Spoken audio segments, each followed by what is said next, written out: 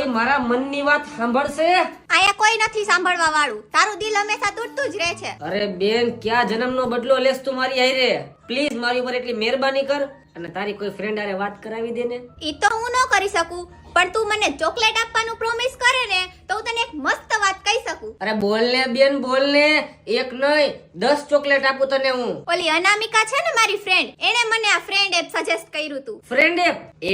તું મને પાગલ બનાવે છે યાર. ફ્રેન્ડ એપ એક સોશિયલ મીડિયા પ્લેટફોર્મ છે. આયા નવા ફ્રેન્ડ બનાવી શકી અને ઈ પણ વિધાઉટ એની હસલ. અરે મારી પ્યારી બેન, આ બધું ફ્રોડ હોય. આમાં કોઈ એનું રિયલ આઈડી નો બનાવે. ઈ બધું ફેક હોય. ભાઈ, આપણે અહીંયા કોઈ પણ સાથે વિડિયો કોલ અને ઓડિયો કોલમાં વાત પણ કરી શકી, એટલે ફેક હોવાનો કઈ પ્રશ્ન જ નથી. અને તું કંટાળી જાય તો લૂડો અને કેરમ જેવી ગેમ્સ પણ રમી શકે છે. અરે શું વાત છે! આ તો મલ્ટી ટેલેન્ટેડ એપ છે મારી જેમ. પણ મને તો ખાલી ગુજરાતી જ આવડે બેન. તો શું થઈ ગયું? આયા કમ્ફર્ટેબલ લેંગ્વેજમાં વાત કરી શકી છે અને ફિમેલ યુઝર્સ ગિફ્ટ પણ વિન કરી શકી છે અને એને રિયલ પૈસામાં પણ કન્વર્ટ કરી શકાય છે. વાહ! તો જલ્દી કે લિંક ક્યાંથી ડાઉનલોડ કરવાની છે? એને પ્લે સ્ટોર માંથી ડાઉનલોડ કરી શકાય અને કમેન્ટમાં લિંક પિન કરેલી જ છે. સારું, તો હવે મારે ક્યાં તારી જરૂર છે? હું મારા ફ્રેન્ડ એપ્લિકેશન માંથી બનાવી લઈશ.